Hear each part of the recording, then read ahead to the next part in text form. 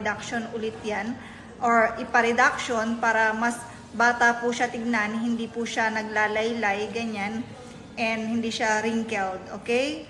Thank you so much po sa mga nagpa-follow. Comment lang po kayo ng number na gusto nyong ipa-flex para mabigyan ko po kayo ng mga minor details. Thank you so much po. Ayan po, before and after. Starting price is 25K po. Isang beses nang ginagawa, pang lifetime na po ang result niya. Okay, thank you so much po sa mga nagko-comment. Ma'am MJ, pagdating sa HMO, hindi po ang ina-accept po namin. Pakiramdam nyo po. Number 1 po natin, Ma'am Kim. Okay po. Okay. One-time procedure, lifetime na po yung result. Reduction ng number 1. This one po. Ayan po. Before and after. Starting price is 25K po. Isang beses nang ginagawa, pang